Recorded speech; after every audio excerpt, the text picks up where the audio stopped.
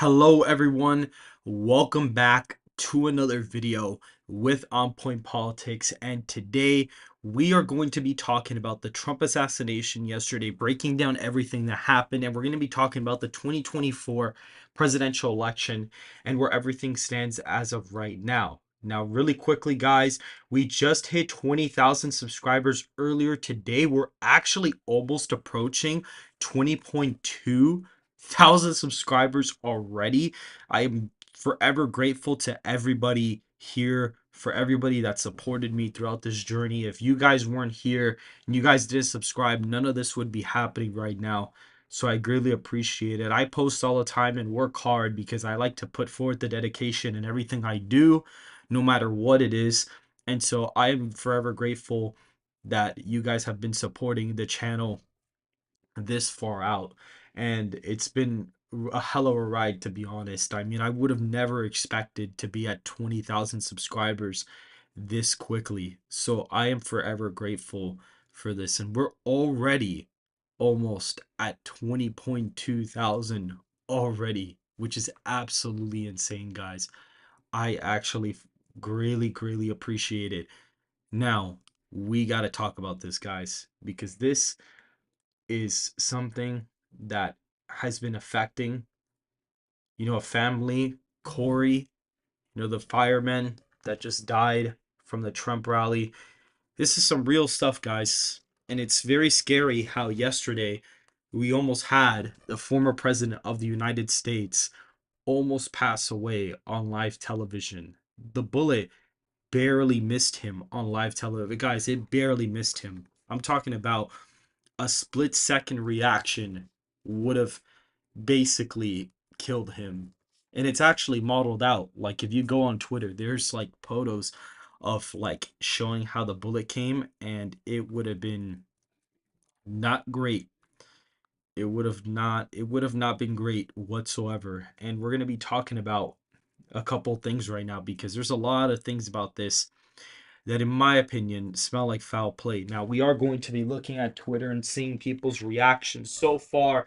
What I've noticed, a lot of people who were not going to vote previously are now voting this election cycle for Donald Trump America. That is who they're voting for this time around, guys. And it is honestly, it's crazy. It is honestly very crazy. Look at this, guys. Where am I? Look at this, guys. Look at this video. People are invigorated to support the former president. It's honestly incredible how crazy this is getting, guys. It is honestly insane. And we see here, what is this? What in the world is going on? What? Andrew went to a concert? Wait, I gotta see this. Hold on, guys. Wait, Andrew Tate went to a concert? Hold on, bro. Hold on. What? Listen up. I gotta see what he said. Hold on. Wait, guys. I'll get back on track, but this is crazy. Hold on.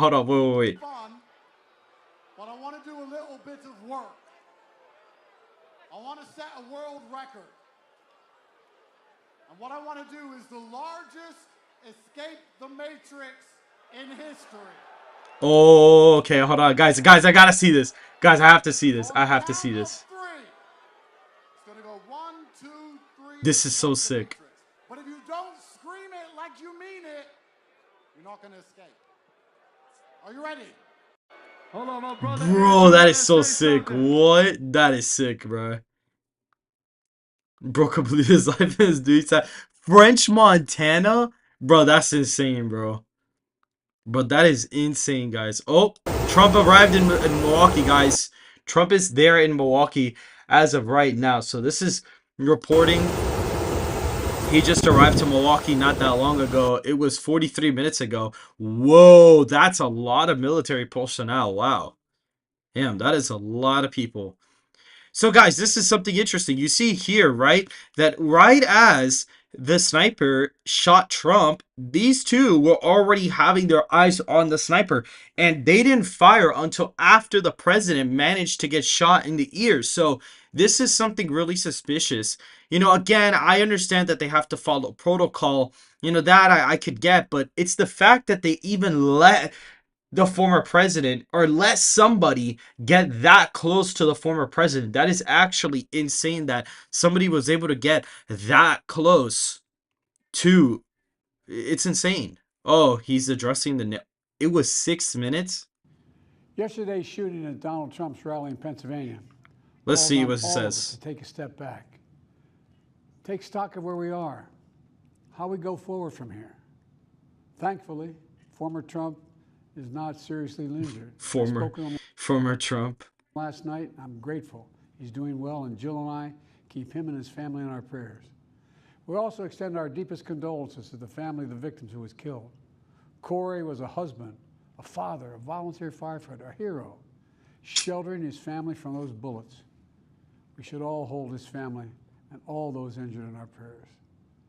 Earlier today, I spoke about an ongoing investigation. We do not know the motive of the shooter yet. We don't know his opinions or affiliations. We actually do, but okay. We don't know whether he had help or support or if he communicated with anyone else. Law enforcement professionals, as I speak, are investigating those questions. Tonight, I want to speak to what we do know. A former president was shot, an American citizen killed, while simply exercising his freedom to support the candidate of his choosing. We cannot, we must not go down this road in America. We've traveled it before throughout our history. Violence has never been the answer. Whether it's with members of Congress of both parties being targeted and shot, or a violent mob attacking the Capitol on January 6th, or a brutal attack on the spouse of former Speaker of the House, Nancy Pelosi, or information and intimidation on election officials, or the kidnapping. Guys, I understand that we might not be fans of President Biden, but I feel like it is important for us to be updating. I believe it's important for me to be showing you guys stuff like this because he is addressing the nation as the incoming president. So I think it's only fair to let him have his word. Plot against the sitting governor, or an attempted assassination on Donald Trump. There is no place in America for this kind of violence, or for any violence ever. Period. No exceptions. We can't allow this violence to be normalized. You know, the political record in this country has gotten very heated. It's time to cool it down. We all have a responsibility to do that. Yes, we have deeply felt strong disagreements. The stakes in this election are enormously high. I've said it many times that the choice in this election we make in this election is going to shape the future of America and the world for decades to come. I believe that with all my soul. I know that millions of my fellow Americans believe it as well. And some have a different view as to the direction our country should take. Disagreement is inevitable in American democracy. It's part of human nature. But politics must never be a literal battlefield, and God forbid, a killing field. I believe politics ought to be an arena for peaceful debate, to pursue justice, to make decisions guided by the Declaration of Independence and our Constitution. We stand for an America, not of extremism and fury, but of decency and grace. All of us now face the time of testing as the election approaches. And the higher the stakes, the more fervent the passions become. This places an added burden on each of us to ensure that no matter how strong our convictions, we must never descend into violence. The Republican convention will start tomorrow. I have no doubt they'll criticize my record and offer their own vision for this country. I'll be traveling this week making the case for our record and the vision, my vision of the country, our vision. I'll continue to speak out strongly for our democracy, stand up for our Constitution and the rule of law, to call for action at the ballot box, no violence on our streets. That's how democracy should work. We debate and disagree. We compare and contrast the character of the candidates, the records, the issues, the agenda, the vision for America. But in America, we resolve our differences at the battle box. You know, that's how we do it, at the battle box, not with bullets. The power to change America should always rest in the hands of the people, not in the hands of a would-be assassin. You know, the path forward through competing visions of the campaign should always be resolved peacefully, not through acts of violence. You know, we're blessed to live in the greatest country on earth, and I believe that with every soul, every power of my being. So tonight, I'm asking every American to recommit, to make America, think about it. What's made America so special? Here in America, everyone must be treated with dignity and respect, and hate must have no safe harbor. Here in America, we need to get out of our silos, where we only listen to those with whom we agree, where misinformation is rampant, where foreign actors fan the flames of our division to shape the outcomes consistent with their interests, not ours. Let's remember, here in America, while unity is the most elusive of all goals right now, nothing is more important for us now than standing together. We can do this. You know, from the beginning, our founders understood the power of passion. So they created democracy that gave reason and balance a chance to prevail over brute force. That's the American we must be. An American democracy where arguments are made in good faith. An American democracy where the rule of law is respected. An American democracy where decency, dignity, fair play aren't just quaint notions, but living, breathing realities. We owe that to those who come before us, to those who gave their lives for this country. We owe that to ourselves. We owe it to our children and our grandchildren. Look, let's never lose sight of who we are. Let's remember we are the United States of America. There is nothing beyond our capacity when we do it together. God bless you all, and may God protect our troops. All right, well, you know what? Look, guys, obviously we don't agree with everything that he does, most of the stuff that he even does. But at the end of the day, that was a respectable address.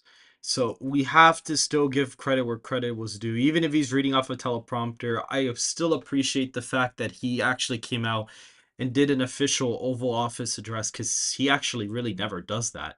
Has he ever addressed the Oval Office like that? Because I don't think he's like ever done that actually, or maybe it was like a long time ago. But either way, it's an unfortunate scenario. But looking at this, guys, the former president is literally up here. Look, 70% odds to win the presidency. That's the highest he's ever had on Polymarket. And when we look, we see that the margins in some of these swing states are absolutely insane. The Rust Belt states margins are over plus 20 for the betting odds. That is actually insane. That is crazy, guys. And we also have Minnesota being within 20, Virginia within 20. It's basically a 16-point margin in the betting odds. New Hampshire is basically the same margin as is Virginia.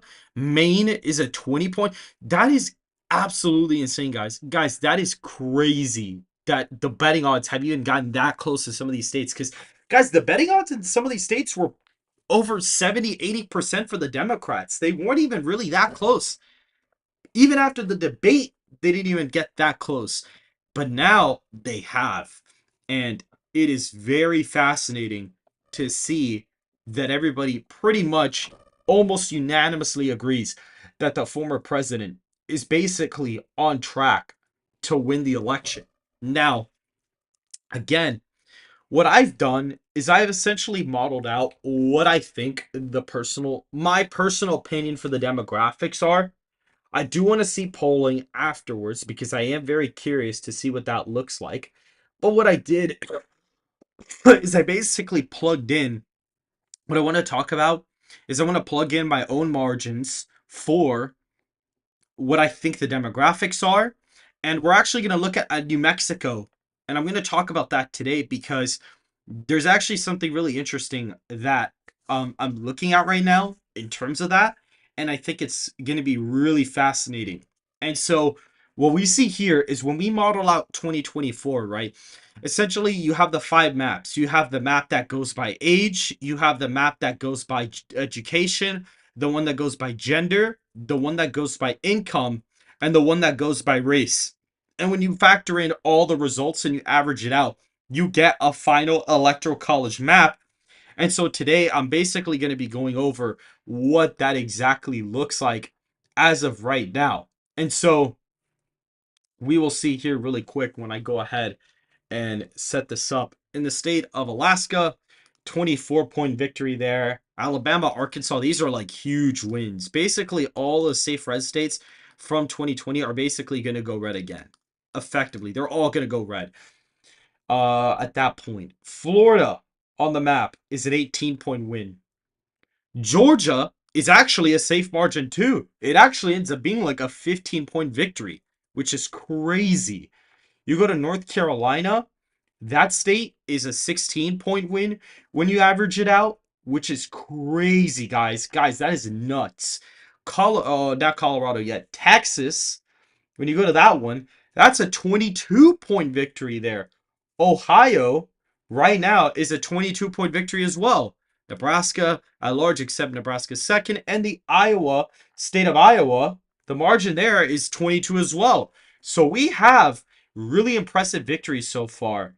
And it is really, really, really, really insane to see the margins be that crazy for Donald Trump in some of these states. By the way, guys, not any of the moderators are here right now, but if you guys could go ahead and like the video if you haven't already, I would greatly appreciate that as of right now. Whoever's in the chat, we are basically going over the 2024 election and what my personal modeling based on demographic margins looks like as of right now. And I'm going to break it down after I show the map. And so right now, Arizona, 14.6 percentage point victory. I mean, we did have a plus 15 poll come out of the state not that long ago. So it's not that, it's within statistical, historical realm of possibility. Nevada, right now, would be a 13-point win. We've had polling have the state at like 14, 15 points before. Wisconsin, 13 points. Pennsylvania, a likely margin. It's actually right behind Wisconsin. Michigan, right now is an 11-point win, 11.5-point win. So Donald Trump goes out there. And Nebraska's second is like an 11.3 percentage point victory. It's a huge margin there. New Mexico is also a likely state here. It's actually a 5.4 percentage point victory. New Hampshire, 6.5 percentage point victory there.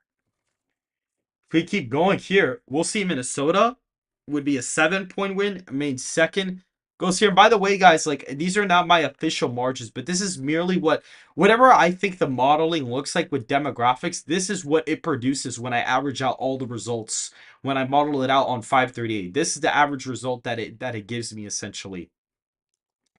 We see here, for example, we can keep going. In Virginia, we even see a likely margin from Trump there, 5-point victory there. So Donald Trump is going out there and winning a lot of the swing states very comfortably. California, 12.5 points for Biden. We see Hawaii, 12 points for President Biden. Connecticut is just a 5-point win. Maryland, Massachusetts, those states are still going to be safe. However, they are a lot closer. They are much more competitive. DC's a 68-point margin there. Delaware is a lean Democrat margin. It is a 3.9 percentage point win. Rhode Island is a 6-point victory. New York is a 7-point win, which I actually think New York is going to be closer now. I generally think that the state could probably get within 5. I think it's a realistic possibility. And I'm also going to go over that in this stream as well. And so now we have a little bit of the closer states. Maine's first congressional district on this is literally a 1.5-point victory. Maine at large is a 4.3 percentage point win. Illinois is a 1.7 percentage point victory for Joe Biden. We have Washington at 4.7 points for Joe Biden. Oregon at 2. Colorado is a 1.6 percentage point victory for Donald Trump. And New Jersey is still Democrat on the map. It is currently, if we look it up here, a 0.2 percentage point margin in the Electoral College as of right now. That is what we get for the demographic modeling for this cycle as of right now. My personal modeling after the presidential attempt, after the attempt of the assassination as of right now. That's basically what I'm having the modeling looking like. So it has Donald Trump at 357. electoral votes to Biden's 181. Now, this does seem crazy. I know that this looks nuts. However, I'm going to go over something that I found extremely fascinating. I basically put together a model for New Mexico. So essentially what we've done is we basically look at, you basically ignore any of the other margins, essentially. You just ignore any of these margins. Just pay attention to this. I actually just put it in bold and basically put it up so you guys could see this, right? I'm going to do this for the sake of the video, just so you guys could see it, right? We're going to go look at the exit polls for New Mexico back in 2016. And we're going to look at 2020 because I want to show you guys something really fascinating about this. Because contrary to popular belief, it is not hard for, it's not as hard as people make it seem to be for it to be the case. We're going to look at this right now. We go to New Mexico, right, guys? We have the breakdowns from CNN, which usually they are all the same across all different networks, by the way. So, guys, when we look at this, we basically go ahead and we look at this margin here. Okay, so in 2016, Donald Trump won males, Clinton won the female vote. That seems pretty apparent. Age of voters, Trump didn't really do great in most age categories in the state. And just for reference, guys, the state of New Mexico was a 8.2 percentage point victory for for Hillary Clinton in 2016. We see here race Donald Trump won whites by a lot. He won whites by quite a bit here. Now, you got to understand the non-white category, the white category was 9%, 49%. Latinos were 40% of the electorate that year. So the electorates were a little bit more even. So of course Latino had a little bit more of a pool on the state. And non-white voters ended up making a decent amount of the coalition there. And Trump basically won the white vote by 5 effectively. I don't know what effectively. He won it by 5 points. Hillary won Latinos by, I believe, 21 points, and these percentages were way too small at the time. And when you break it down by education, when you break it down by race and gender, so you can do it multiple ways, but effectively, that's pretty much what you get there. And when you look at the 2020 exit polls, you notice that Biden actually won men. He actually won men nationally. If we actually go to gender, Trump actually managed to pull out male voters by 2. And when you look here, the electorate amount is roughly the same. I mean, the electorate between the male and the female didn't really change that much. Men just broke for Biden by 5, and then women broke for Biden by way more than what they did back then. So that was pretty fascinating to see there. And third party turnout was a lot lower. So keep in mind, guys, third party turnout was a lot lower. Hispanics favored Clinton a lot more than Joe Biden. And so that's definitely something to take account, and, did very well with the younger vote, did decent with 30 to 44 year olds, even won 45 to 64 by 1 point and 165 plus by 11. We see here, barely won high school or less, barely won it, and dominated with every other group.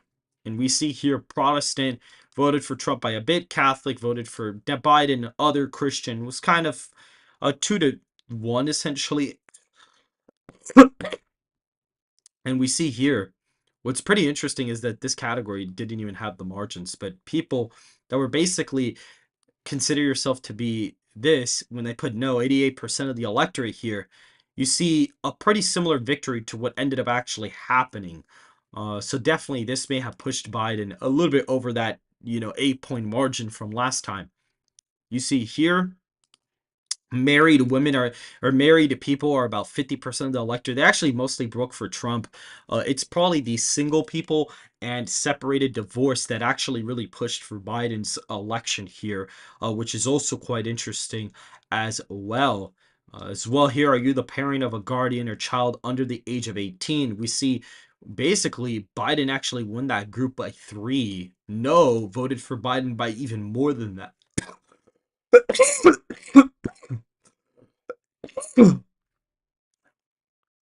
We also see some people in the middle class type of income voted for Trump. Some on the lower side voted for Biden by a lot.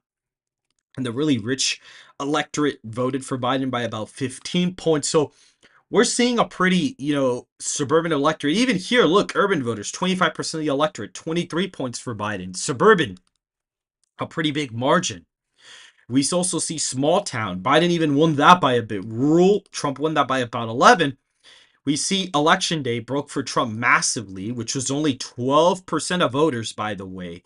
88% of the electorate voted early or absentee. We look at early in-person voting, that broke for Trump by 5.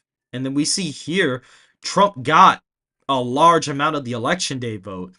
Mail-in voting, 34% of the electorate broke for Biden by a lot. Now, I want you guys to understand something. The first thing that's very particular is people who have not voted before are breaking for Trump by 2-1 in national pollings. So that's happening right now.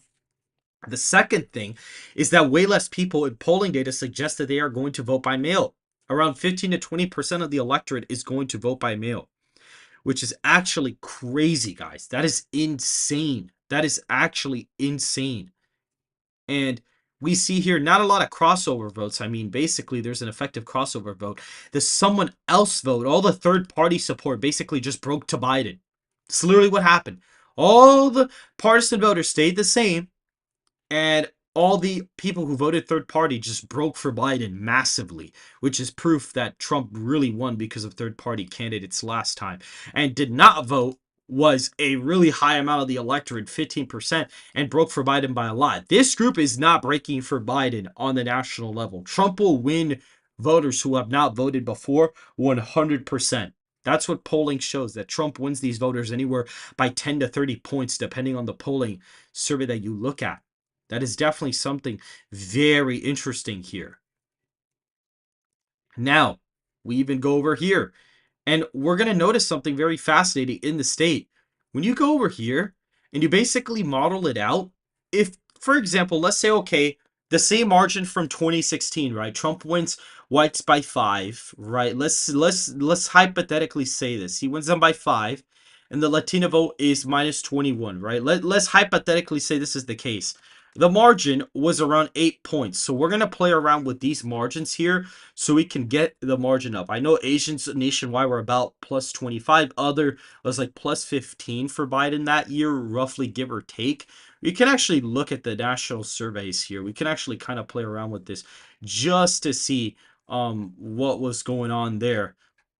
Exit polls. I want to look at this. So we could see Asians broke for Biden by about 20, what would that be?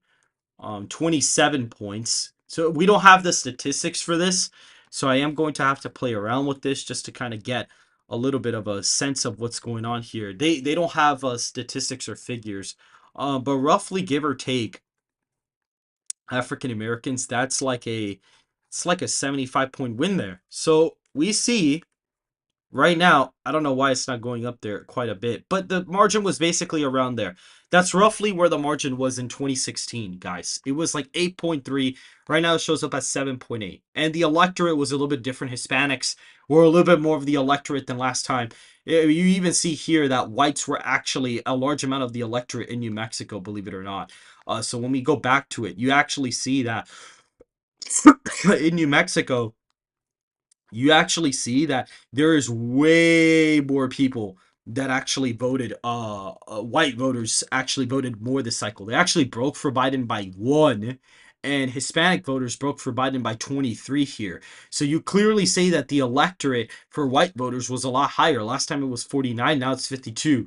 Last time for Hispanics, it was 40. Now it's 35. So clearly, there's a little bit of a difference. And so we see here right now that on the model, it shows a fairly similar margin to 2016. The weights that I have are the 2020 weights as of right now. And so if Donald Trump were to improve with whites by 5 points, because again, Hillary Clinton, Joe Biden right now is more unpopular than Hillary Clinton was during 2016, and you have a large third party vote share as of right now, you see that the margin gets cut down to just 5. And if Biden, if let's say Trump in the state of New Mexico basically gets within 10 with Hispanics, that actually puts the state at literally a 1 point victory for Joe Biden. And that's with me not even touching the African American vote. That's not with me touching Asian voters, which Trump, according to our national polling data that we conducted with SoCal Research, he's winning the Asian vote and getting competitive with the other vote as well. And it already ends up being a 1 point victory for Biden. And what do we see when we go to 538? If we go to 538, we actually see right here in the state of New Mexico that a Republican internal had Joe Biden with third-party candidates winning the state by 1. So maybe there's a chance it doesn't go red, but it's definitely possible that Donald Trump could actually pick off the state. It is entirely possible. If this black margin goes down 20 points, the state gets even closer. The Asian vote, if that gets closer, that gets even closer. If the other vote gets really competitive, that gets even closer. Now it's actually perfectly tied because the electorate for other votes was actually 9%. So if Trump just makes marginal gains with some of these groups from 2020, Joe Biden is way less popular. He also has like a 30 something percent approval rating in New Mexico, by the way, guys. Like his approval rating in New Mexico is not that great right now. If we go to civics, let's actually look up civics because that's actually where they have it. I believe somebody reported to me that it was a uh in the 30s somewhere. I'm going to reconfirm this because we can look at exit polls here and actually look for approval. Um I'm actually going to look for the approval rating for Joe Biden. Okay, here it is. So we have in New Mexico, right? Is this New Mexico? Yes. Okay. So we go here, right? So clearly, Biden had an 11-point favorability rating here, by the way. He had 11 points favorability. Just to let you guys know. Which was basically the margin. Biden won the state by 10.8. So the favorability margins are really spot on. I mean, Trump, you see here Trump. Let's see if do they have the favorabilities for Trump. Look, Trump had a really bad favorability, and he actually outperformed his favorability in the state, by the way. So that was pretty crazy. But when we look at the state, guys, if we go over here and we go to New Mexico, guys, his approval rating in the state is 35%. 35%, guys. That is absolutely crazy. It says it's 35 here. 35%. And we see here it says 37. That is way lower than 45% of the electorate. That's like, guys, that's way lower. It's like a 20-point difference. So for people to say that it's impossible for Trump to flip New Mexico, just being naive and ignorant, to be honest, because looking at all the data points, you see that the state is going to be competitive. The governor of New Mexico literally came out the other day and was like, guys, he could probably lose the state.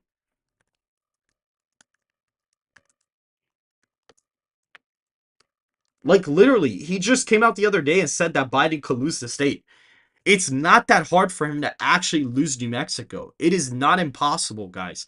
Especially with the way Trump is polling, shifting the nation by over 10 points to the right from previous polling, even by more in some polls when you look at some of their samples from 2020. Guys, it is a real possibility for Trump to win New Mexico. It is actually ridiculously high for him to win the presidency, or at least to win the state here. And not only that, guys, in New York, Democrats have been freaking out about the state of New York. They have been freaking out, telling the Biden team, hey, and this was before yesterday. They were like, yo, guys, you guys really got to get your act together. You need to step it up because you're gonna be in trouble. You're gonna have a problem. They literally told Biden's team to start pouring money in New York because they're scared that he could legitimately lose it. And I'm going to go back to an old video because I actually can't find the poll. But we see here, we have a poll where they actually polled the city areas they actually polled the city areas there. They actually polled them, right? And so when we look here, we're going to go ahead and pull up the election shuffler, right? We'll pull up election shuffler and we're going to play around. Excuse me, guys.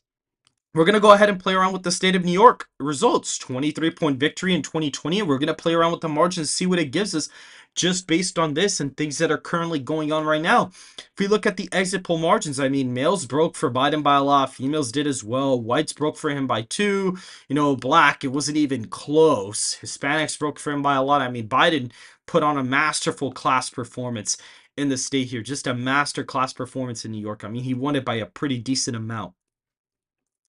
But now, here's the thing, guys. Look at this, right? So we see New York City, broke for Biden by 50. Hudson Valley broke for Biden by 18. Upstate urban, 17, around there. Rural upstate broke for Trump. Suburbs broke for Biden by 1. City of 50K or more broke for Biden by 50. So the suburbs didn't really even kill him. It was actually the city areas that killed him. And he actually gained in the city areas, by the way, in the state of New York in 2020. He actually gained a lot of ground in the city areas. It's actually upstate New York where he actually lost ground. Except now, here's the problem, right? If we look at this poll, he is now leading in New York City by 27 points. He was leading it in the exit poll by like 60, even more than that. So his lead has effectively been cut in half in the city based off from the exit poll. And this poll was conducted literally, I have the date, April 23rd, 2024. This poll was conducted almost 3 months ago already. Almost 3 months ago, 2.5 months ago already, guys. This was before the debate, before the convicted trial. This was done before the assassination attempt. So if we were to go ahead and play around with these, right, we have the margins right here. So in the Bronx, this is a 27-point victory here. Just so you know, it's a 67-point win. So effectively, Biden is losing 40 points there. That already cuts the margin down by 2 points. In Brooklyn, which would effectively be New York, right? That would effectively be New York County. 75-point win. It is now a 39-point victory. You cut that down all the way to just 39 points. 18 points in the state of New York. If you go to Kings, which I think would be the next one, Manhattan, it is a 51-point victory. That shifts it by about 4 or so. That's roughly, it shifts it about 4 points to the left, right? If we look at the Queens County, 11. That's where Trump was originally from. This county was a 45-point win for Joe Biden last time. 45 points. This poll was conducted 4 months before the debate, before the convicted felons stuff, and was done before the assassination attempt, well before. And we see also over here, Staten Island, which effectively would be Richmond over here, that goes from Trump plus 15 to Trump plus 36.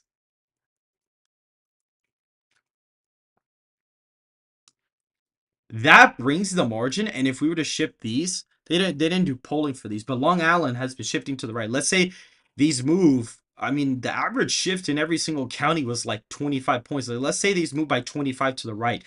That brings the state margin down to just 10 points, guys. Literally just 10. And that's without me even touching upstate New York. That's without me even touching upstate New York. Now, what's very fascinating is in New York's 17th, New York's 18th, or New York's 19th, excuse me, and the 22nd district, which are all swing districts that Biden won by multiple points that were double-digit victories in some of those counties or in districts, which are basically selected. I'm going to go ahead and fill this out really quick so you guys can see what I'm about to do here.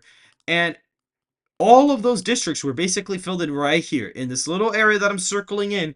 Those are what those counties were. Those are where the counties were, right about here, these districts. Biden is down there in Democrat internals by double digits, guys. He won the districts in 2020. Some of them flipped to Republicans narrowly in 2022. So if we were to shift these like 20, because Biden, if he was winning a district, let's actually look up the three districts.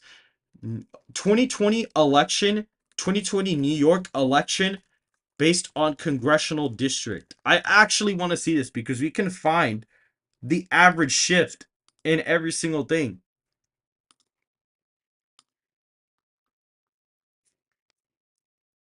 I actually want to see this.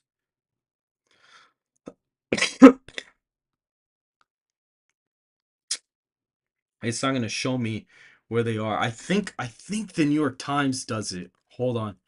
New York Times 2020 New York.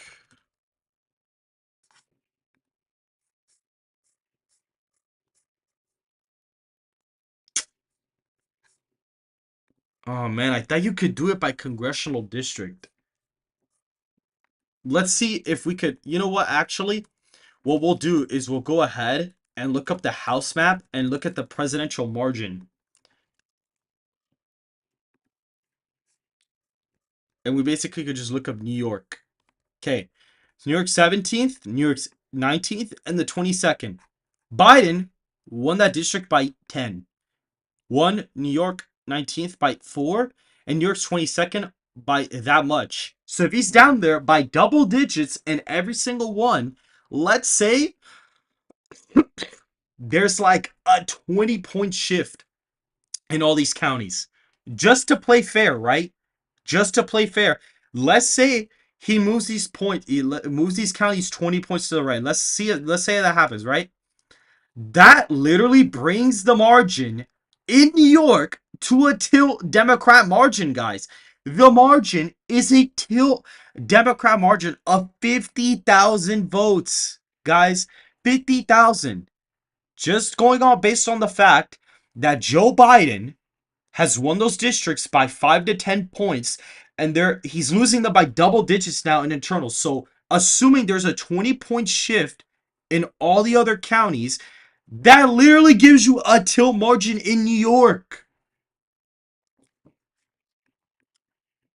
Let's see. Hold on. Let's see.